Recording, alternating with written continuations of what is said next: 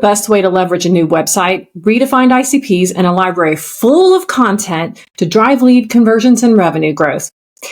I'm going to tell you a little story about RPC. We rebuilt our website last year in June of 2024. We expanded and redefined our ICPs, and we already had a library full of content, good evergreen content. And Sofia joined us in the fall of 2024. And once she saw what we had, she came to me with a new strategy to leverage the new website, the new ICPs, all of the content that we have been creating. And as soon as she presented to me this new strategy, I was absolutely blown away. And I couldn't wait to get her on the podcast and introduce y'all to her, share our stories, and explain this concept of the buyer's journey and how the buyer's journey as a framework can inform more strategic, sophisticated strategies for real lead conversion, especially cold or what you may have thought were dead leads, and really help you drive revenue growth. So with that, I would love for everybody to please meet Sofia Sprowls, our Marketing and Sales Operations Manager here at RPC Strategies. Welcome, Sofia. Hi, thank you, Melissa. Thank you so much for that introduction. I'm really happy to be here. Before we get started, why don't you tell everybody just a little bit about your background, and then we'll get into the exciting stuff. Yeah, of course. So my background, I actually started in sales and customer service. Then eventually it organically led me to marketing. And I guess the reason I started working with CRMs, I specifically remember the aha moment so I was working as a customer enjoyment sales rep, and I kept bumping into clients that had a lot of questions and they were feeling really frustrated because they kept calling like their sales reps or, people from around the teams that they were not supposed to be talking to in the beginning for those specific reasons. But this was a company that didn't have a CRM, didn't have a centralized place to put all of the information of a client. So it was really frustrating for the clients and for us, obviously, to have a client go from person to person, explaining the same problem they had over and over again. So that it was like an aha moment, like, of course, why is this company? And it wasn't a new company either. It was like a family-owned company that was 20 plus years in the market, but they just didn't know all the tools that were available. So learning about CRMs, that was my aha moment. And I was like, yes, this is what everyone needs. Like, you just need a process. You need to have everything in one place. And that will end the frustration between the teams, between the clients. So that's basically how I got here. Eventually life led me to here. That and that your story just really solidifies some of the themes that we at RPC Strategies, we really campaign about. True alignment between marketing and sales and your client success team. All three need to be aligned for the best possible client service, but growth for your company. There's so many lost opportunities. If marketing and sales and client success remain in silos, and we're not teaching them how to come together, work together, collaborate, have conversations internally. And they just simply don't know what kind of information that they have internally available to them, especially if you don't have your marketing tech stack set up correctly, your website to your CRM, and driving into the CRM and,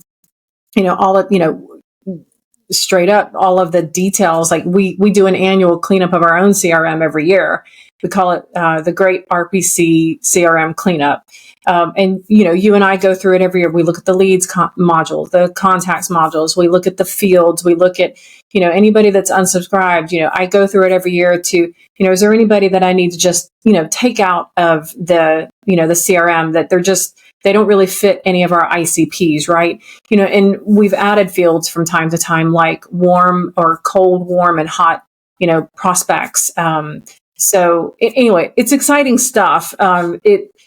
Marketing operations, revenue operations, might sound a little dull and boring, but honest to goodness, it's so incredibly exciting to put all these pieces together, because when they are put together the right way, and you can really leverage them through, the alignment of the marketing, sales, and client success, but also what we're going to be talking about, buyer's journey, the buyer's journey framework, and how that informs your marketing and revenue growth strategy. It is mind blowing. When you showed me what you wanted to do with RPC's content and our ICPs, it absolutely blew my mind, and I thought it was probably one of the most brilliant strategies I've ever seen in my career.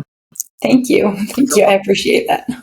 So why don't we start off and just tell our audience a little bit, describe the buyer's journey, Sofia, in simple terms. Sure. So basically what the buyer's journey is, it's the process that a customer goes through before buying. So this process is usually divided in 4 stages, it's like a funnel, right? So at the top, you have the awareness stage, which is basically, it's the need of the client. So it's like, I have a problem, correct? Then the second part of the stage is consideration, which is I'm exploring solutions, right? I have a problem, so I need to go deeper and do some research and see how I can fix my problem, right? Then moving on, we go to decision. And decision is I'm ready to choose. I've already done my research and I'm ready to choose. And there's also another last part of the stage that sometimes people forget, that it's loyalty. And that's I've already bought, but you also want to keep them engaged. And like, this is a good opportunity for cross-selling, and also for them to be loyal to you, to want to keep buying your product or getting your service. So basically the buyer's journey is all of these stages, all of that process, and how you can push your leads from the top to the bottom of the funnel. And we've seen that with our own work and some of our own clients too. We'll be talking a little bit about that later on, where we've worked with a particular client for several years, and they dispersed some of the work for different reasons. And what we were able to uncover revealed some critical issues that needed to be repaired. And the loyalty we had established led to, we now have all of that work and we're managing all of it. So I think that's a great point that you bring up, is the client loyalty stage. And even when you have a paying client, creating that loyalty, they may still have some issues that arise. And if you can meet those issues, that's a good segue into a very healthy conversation for everybody. Okay, so you walked us through just briefly the 4 or 5 stages of a buyer's journey. How does content support each of those stages individually? So let's start with the brand awareness, the demand generation at the top. I have a problem and I need to do some research. You've got 2 stages there. So let's start with that. How does content inform all of these stages, Sofia? Sure. So the most important part to know about the buyer's journey is that, like, the important thing of doing this the right way is that it will create trust, and that eventually will increase revenue, right? So you do want to make sure that the content you are delivering at every stage is the content you should be delivering, because that the person that is going through the stage, it's you want to tailor the message at the right time for that person, right? So if you're in awareness, right, you have a problem, you want educational information. Like if you have a problem, you cannot send a book a demo or sign this contract like right away, because people don't even know who you are. People don't know what your product does. People may not even know that they have that need, So the first thing that you need to do is educate the lead. So educational content like blogs, posts, tips, industry insights, all of that goes in that stage of the funnel. And then after that, it's the consideration. So if you remember, consideration is I'm exploring solutions. So what do people do when they're researching? You want to compare, comparison guides, use cases, learn about client success stories, learn more about how this particular company, like whether it be a service or a product, can help you solve your need, right?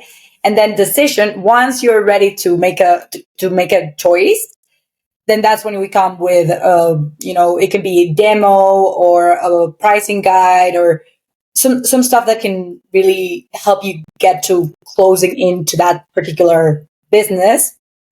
So that helps you move the lead forward and make a choice. And when loyalty is, loyalty, like the most common one for loyalty is the newsletters that you can send afterwards.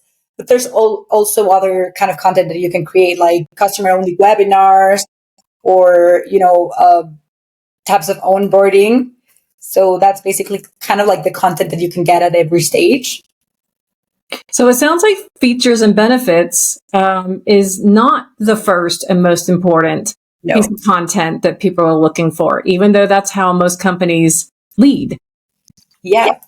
Okay. So features and benefits comes really more around the second or third stage, consideration, or I'm ready to make a choice. I've picked 3 vendors. Now I'm ready to see your features and benefits. I've done my research and now I'm ready to see it through a demo or, some other kind of strategic conversation about what your problems are, the solutions you're looking for, how our product or service can solve those problems for you. Right. Like something I really recommend to everyone that is going to implement a buyer's journey is just have a lot of empathy. Put yourself in your client's shoes.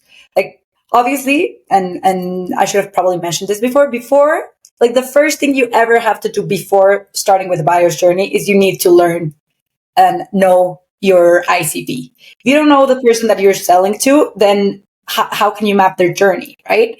And then the first thing you have to do is put yourself in their shoes. How would you want to be approached with a solution? Mm-hmm. It's just as basic as that. We're like, it's in our human nature to want to like learn more and like approach things instead of things being thrown at us. So just always keep that in mind when you're creating a buyer's journey. Well, let's talk about that a little bit. Sure. Let's talk about developing. The industry term is ideal client personas. Mm-hmm. Here at RPC, we started using the term real client personas because, again, you and Kate had seen some of the work that we were doing. And, I'm busy building a business, creating content, being the face of the company. And I mean, I know the content we've created, but I didn't have the opportunity. I didn't have the time to really dig into it. But the two of you came with really fresh eyes too, and different experiences. So you had all these ideas about how we could really refine and tweak, all that we were building. So, and the ideal client persona or real client personas was one of those things. So tell our audience a little bit about how companies in general can or should develop effective client personas. Well, that's actually something I really liked about coming to RPC is that I've worked in a lot of companies, big, small. I've worked at a bank. I've worked at startups. But what I've noticed a lot is that people sometimes think they know their client personas. They make their ideal ones, but they haven't actually talked to them or interviewed them, actually reached out and talked to a real flesh, He's a hot-blooded person, a real hot-blooded human. Correct. Right. So something I really like about RPC is that you like here we actually talk to people and actually interview them and learn about their pain points and their needs. Because you may think that you know what a certain title is doing, like HR assistant. I think it's this way. But that HR assistant is actually a person that has a lot of needs and a lot of depth. And who knows, like talking to them, you may realize that the thing that you thought needed fixing is actually not something they need fixing. And you realize they need something else. Mm-hmm. So I feel like that's really important. Like that's the basis. Before you even like start looking for a CRM, before you even start like even making tests of your product, you need to know the need that it's fixing. So for sure. And we saw that in years past too, where when clients will send us the client personas they've developed, we're always willing to take what the client gives us and work from there. We don't have to create everything from scratch. We can edit it or update it, whatever. But we've seen that happen where they think they know the client persona. And then when we do the real client personas, And we'll pick 3 titles. We'll go interview 2 people for each title and then create a composite. And what their business goals and challenges are, we've seen it many times, are completely different from what the business organization thought they were, for whatever product or service they're trying to sell. All right, so let's talk about email marketing. So we explained the buyer's journey framework, and we've talked about the different stages, and we've talked about the different kind of content to use through all of the stages. Did we cover all of the stages and content? Okay. Yes. So now that we understand that, let's talk about the third stage of building out this buyer's journey strategy, the email campaign. Because you mentioned newsletters earlier, and that's really kind of for your established database, your established clients. You're just keeping them informed, with good new information. But there's also these nurturing campaigns. So talk about how can our audience think about and develop a buyer's journey email campaign that really works and helps convert leads, recycle leads, and find new revenue opportunities that are buried within that database? Yeah, this is a great question. I think so. I'm going to simplify this for our audience to literally a step-by-step guide. So, I think what I would do for creating a buyer's journey, it's 6 steps. It's really easy. So it's basically the first one that we've already talked about is defining your ICP or your real client persona. And once that you know what they need, who they are, what their day-to-day is with regards of the need that you're trying to solve, that you got all that information. And then with all the content that you have from your product or your service, the second step is that you map the content to each stage. So literally think of the person, and then it's like awareness. I have a problem. What's their problem? I have trouble organizing my schedule. Okay. Consideration. I'm exploring solutions. Okay. So what are the solutions I can have? I can get a calendar. I can get Notion. I can get, all the possible tools that there are so many of them right now, but you have right. The sky's the limit, right? So that's all of the, I'm exploring solutions, all of the solutions out there. Then decision, I'm ready to choose. You know what? I already, based on all of this information that I saw online and that was nurtured to me, I have, I don't know, 3, I can organize myself with CRM, with, whatever the 3 things that you want to choose. Then you choose, and then afterwards it's the loyalty, which is like I was saying, it could be a newsletter, for example, or it could be an onboarding, or it could be a mixture of both. I'll get a newsletter that will give me free training on how to best use this tool or something like that, right? And so that's mapping the content to each stage. So the stages, remember, it's awareness, consideration, decision, and loyalty. But then what happens when you have all of that? That's your initial framework, right? You see how I want to get from the top of the bottom of the funnel, to the bottom, right? But then what you have to do is you start segmenting your lists. So that's number 3. So it would be, you can segment in a bunch of different ways. You can segment by ICP. You can segment by behavior, people that have clicked on certain stuff, people that have gone to certain webinars, people, you can segment from lead source. There's a lot of ways to segment your database. And here's what is really good about a CRM. You can segment really easily with CRM fields, but we'll get onto that a little later. I don't want to spoil it for you. But then after you segment your list, then you go and you actually write the emails, right? So what do you have to keep in mind when you're writing the emails for each stage and each segment? The thing that you have to keep in mind is, so you get an email, what's the first thing you notice? The subject line. Subject. If the subject line doesn't grab your attention, then don't even bother doing the rest of the things. The first thing I notice is who sent this to me. Yeah. And that's actually, and then the subject line. And it's important to know who sent it to me, because if I don't recognize the name, or if it's some generic company name, it gets deleted. I don't look any further than that. So it has to be a real name and someone you would recognize. I'm actually really happy you mentioned that.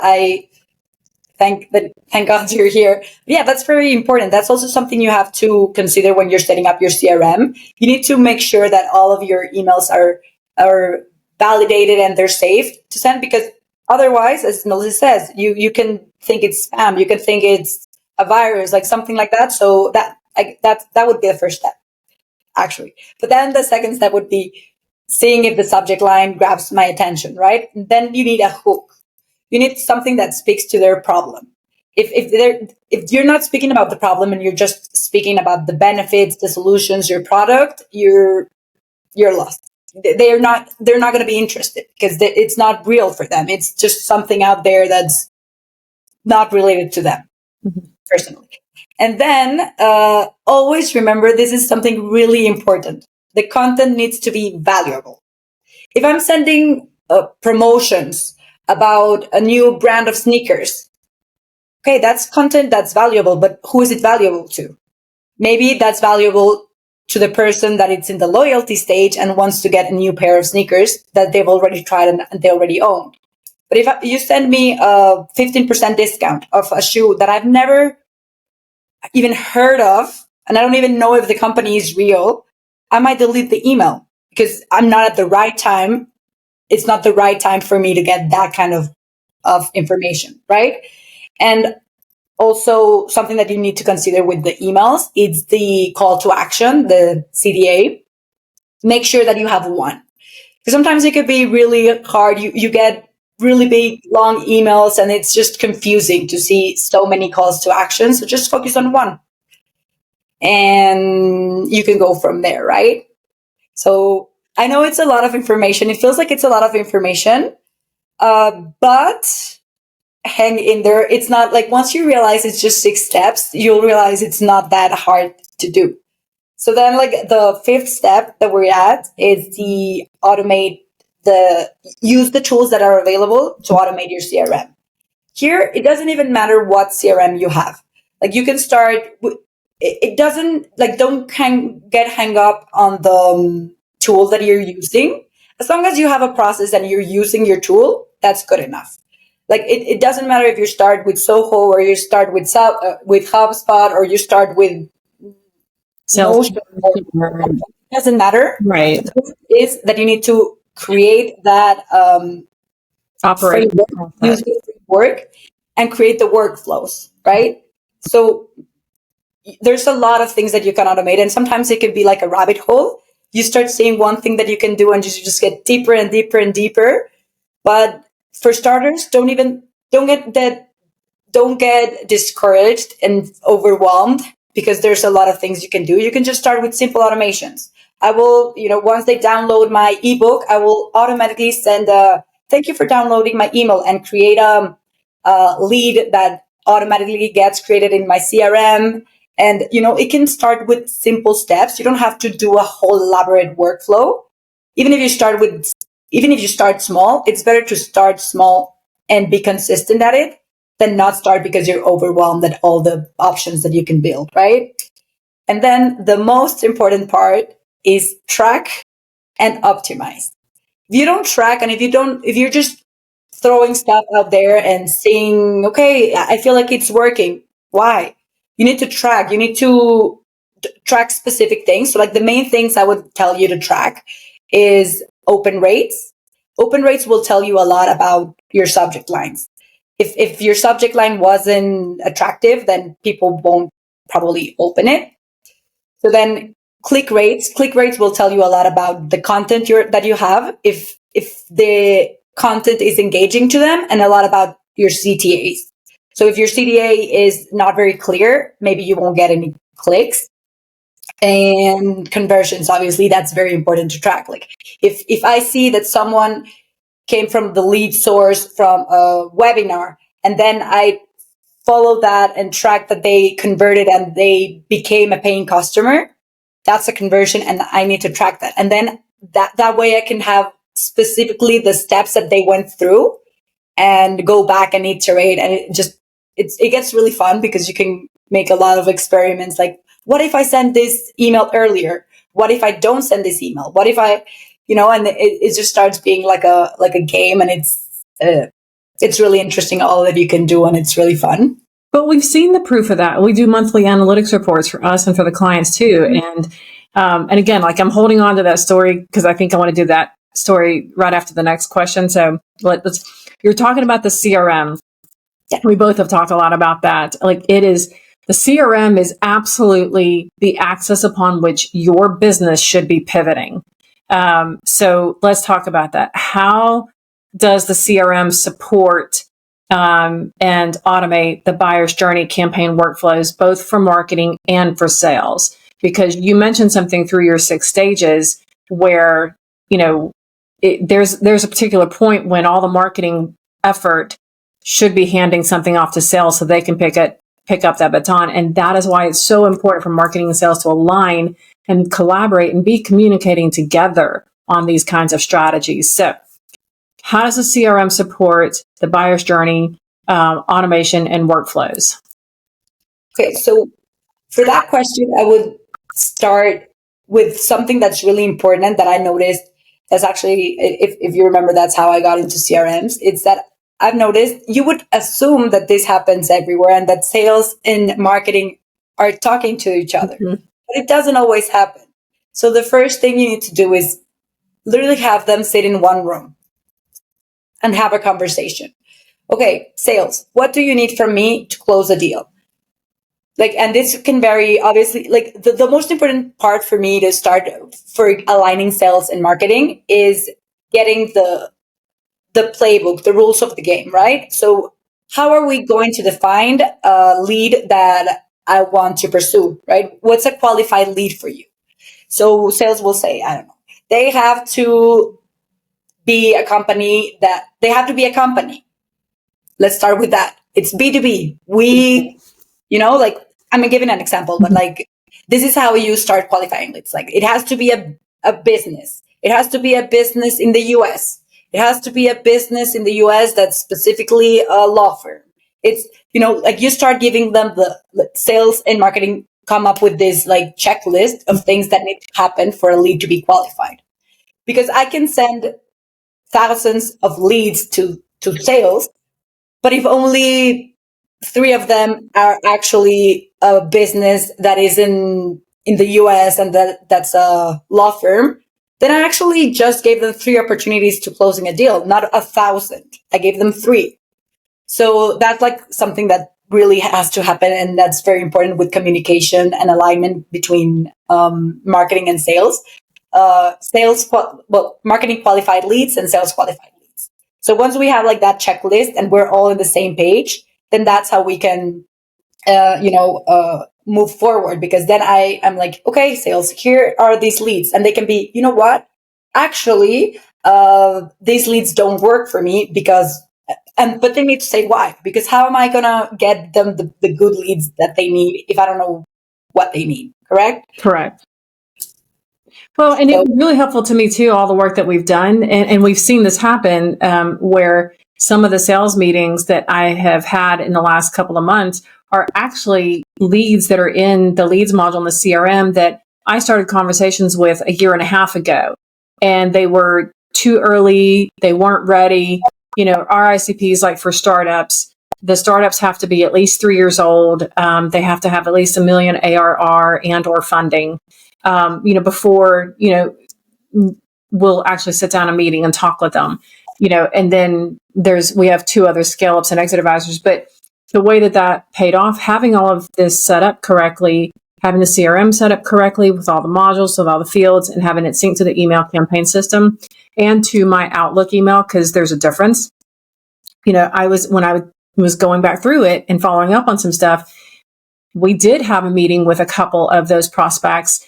And in my communications to them, I was able to reference, hey, it's been a while since we've talked, but, here are a couple things that we've discussed. And I could see a holistic picture. When I looked up one lead, I don't have to big brother them in my communications, but it helped me to see a couple of points that we discussed a year and a half ago that were important to them. So that helps me with a conversation about where are they now. But the other thing that was really insightful for me was I could see all the campaigns that we've sent them through the email campaign tool. I could see what they were opening. I could see if they were clicking on something. I could see where their interest was, what the subject lines for our email campaigns. So along with communication I already, had with them, I could see behind the scenes too. And so that helped me to frame my outreach email that garnered, hey, yeah, it's a great time to catch up. Several of them scheduled appointments with me.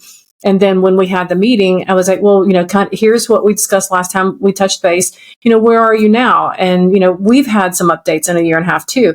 And it led to good conversations. It led to pitch presentations. It led to a couple proposals. So, that's the handoff from marketing to sales. But that's why it's so important to have these things set up correctly and understand this journey and have all these things integrated so that sales can resurrect old leads, and they know exactly how to frame their outreach to get that appointment and how to have the conversation when they're in a meeting with them. And it makes the prospect feel heard, making sure that it makes them feel that it's all about them.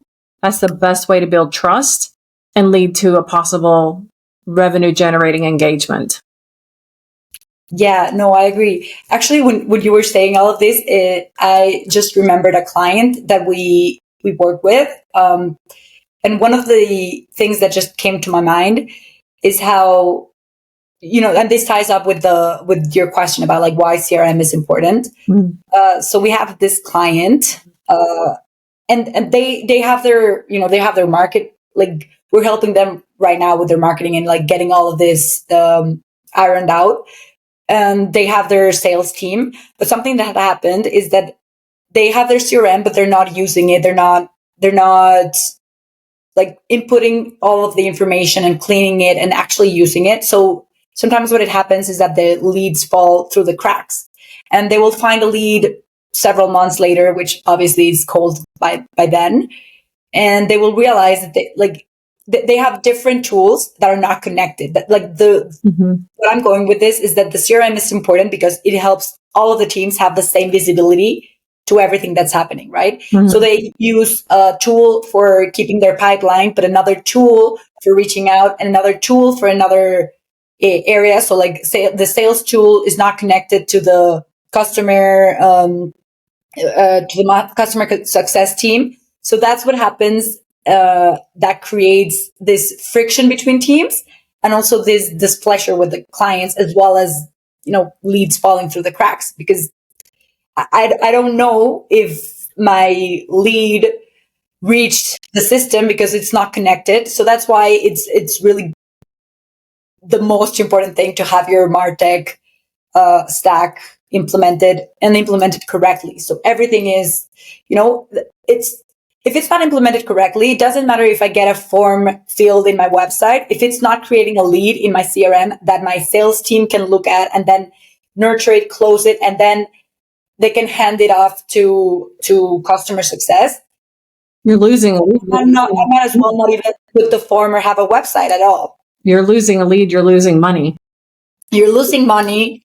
And okay, even if you didn't lose the lead and somehow you got it back, it's going to be very hard for it to not to be friction with the client, friction between all the teams. Like the most important thing that CRM, I feel, brings you is having everything in one place and making that communication and that handoff smoother helps you not lose any money because it's falling through the cracks. And it also helps you engage your client better. As you were saying, if I can see the type of content they're clicking and the type of content they're engaging with, it's easier for me to build rapport as a sales rep than if I'm just, okay, this is a lead that came from somewhere. We don't even know where he came from because we didn't set it up correctly. So they filled a form, but I don't know if the form came from an event they went to or the website or an email. So I'm not really sure how they got here. They got here and I don't know what they want. Well, and CRM stands for customer relationship management. Exactly. And that's the most important thing, just like building that trust and that the trust with your client, because at the end of the day, what we are trying to achieve is solving a problem for the client and getting that client to buy from us, because we have that mutual trust and we know that we can help them solve their problem. So you've talked a lot about, throughout this conversation, a lot of mistakes that businesses make. So at a high level, what are maybe no more than five critical mistakes that businesses make? I could name a whole bunch myself. I would say, for me, number one, and maybe we'll share this, for me, number one is we've seen clients hire multiple people for different marketing functions, and none of them are talking to each other. Yes. Alignment and communication. That would be for sure one of them. Alignment and communication between their teams and between the message they want to send, so alignment and communication, right? Mm-hmm. Then I would say, and obviously between alignment and communication also comes like the pushing, sometimes they push the leads to sales before they are ready. And that the whole problem from that stems from lack of communication, lack of saying, hey, here's the checklist we need to fill so that we can help this client, right? So communication and alignment. Then I would say one of the other problems that I've seen happen a lot is not having the CRM set up correctly, or don't have a CRM, period, right? Like sometimes people just start with an Excel sheet, and I have my Excel sheet from the sales team, and marketing has their own Excel sheet, and we don't talk to each other. So it's having everything centralized and available for visibility for everyone, and having constant communication. That is something I see happen a lot. And that's part of the main mistakes that people make. And what else? I guess it just boils down to that, like communication and alignment. Yeah. And not having things segmented properly, not diversifying their content. When we're developing content, we develop in 3 pillars. We have organizational content, which is about the company. Then we have product content, which is like sell sheets. And then we have the industry type of content, which is like blog articles, case studies. You want to develop white papers, checklists, things like that. And then you want to do graphics with them, animations, like carousels. Like there's a whole host of different content for different reasons that you can create a library from. And then having the right kind of content, having your CRM set up correctly, having everything segmented, that's what allows you to create that it's a lot of work to do it, to set it up. But once it's set up, it works. And we've seen the results. We've seen, great increases in open rates, great increases in click-through rates. It helps, again, when it's all synced. And as a salesperson, I can go into my CRM and I can see all the work that you and Kate are doing. That helps me with my outreach. And I've seen much better responses because I can take all that information and, quite frankly, throw it into an LLM and say, okay, help me with an outreach email that I can send to this person based on this information to help me get an appointment. And I did a video not too long ago where someone responded, hey, that was a great recap. And, that information sounds great. Would love to sit down and talk to you. Send me some, an appointment, right? Yeah. See that happen. But that kind of result for a salesperson happens when marketing and sales, the team, people, and client success are aligned, the communication's aligned, but your tech stack has to be aligned too. All of these things need to happen so that when it gets to sales, I have much better information and I can tailor my outreach and tailor my sales meeting conversations. And it makes the client feel heard or the prospect feel heard. You still won't close 100% of it, but it makes them feel heard. It makes them feel respected, and they will remember that. Adding a little bit to that, like a major mistake that they do is they do not use their buyer's journey. Like they may not have it, or they may not use it correctly. So they may try to send content and collateral that is meant for another type of stage. So not identifying the stage that the lead is at and sending content that's not where they're at right now, that's a very common mistake. So what makes a buyer's journey strategy successful? How do you know that the buyer strategy that you have designed and implemented is successful? So how do you know anything is successful is you have to measure, right? That's like the main thing that you have to do. Like, how do you know if anything, not only the buyer's journey, but if anything is working, is a success? Is first you decide like what's the success, right? Right. So what we usually do and what you need to do is look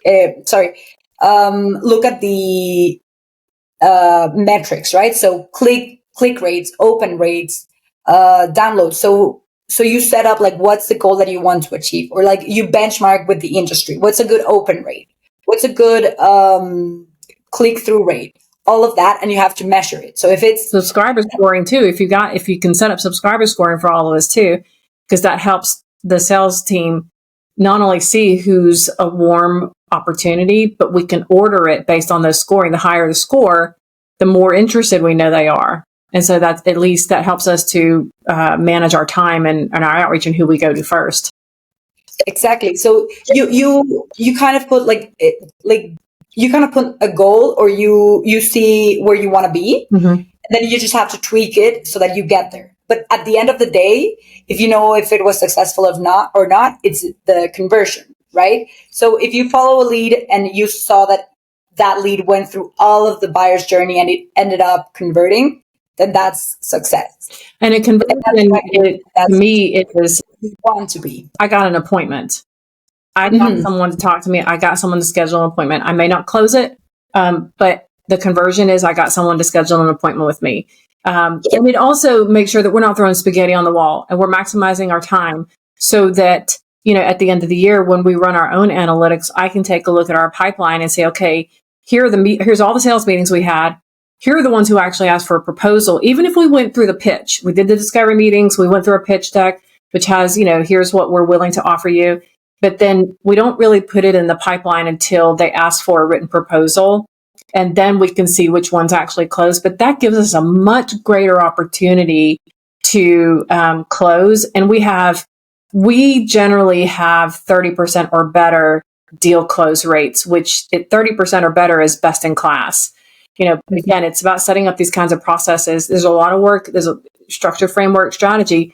But once it's done, it runs like a well-oiled machine. Exactly. And every stage has its own, like every stage, awareness, consideration, decision, loyalty, every stage has their own objective, like my objective, obviously at the awareness stage cannot be closing a deal, because at the awareness stage, I'm just educating my leads, right? So you need to come up with and this varies again by industry, like the benchmark, but every stage has its own metric that you want to keep a close eye so that you can tweak and iterate and see whatever's working, you have to keep doing that. Whatever's not working, find a new way. And that's where it also gets fun. But the most important thing is that you're tracking it, because if you're not tracking it, then you're just, as you said, throwing spaghetti on the wall and seeing maybe this will help. And that won't help you recreate what is working, right? Because you won't know what worked. All right. So as we close up, what is your best advice for marketing ops and sales enablement leaders? I guess my best advice would be communication is key, and start small. I know sometimes it may be overwhelming, especially when you look at a CRM, it may be overwhelming, all the automations that you can do, all of the tools that are out there, all of the research, and you can just get overwhelmed and lost in all the information that it's out there. So just start small, keep it simple. As long as you have your buyer's journey, like your content segmented by stages, and you know who your client persona is, that's the most important thing. Afterwards, you can get as complicated and as sophisticated as you can and as you want. But the first thing is just start with a with a basic framework and then build on top of that. Fantastic. I love this conversation. Like I said, when you joined us and you dug into all of our content, you saw what we were doing, and the buyer's journey strategy that you presented absolutely blew my mind. And so I am so excited that you were able to join me for the Marketing Phoenix podcast as one of our guests. And just really appreciate everybody listening in. You can contact us at rpc@rpcgrowthstrategies.com or 205-873-1234. And Sofia and I would be happy to set up a meeting with you and discuss your own buyer's journey strategy. Thanks so much. Thank you so much for having me.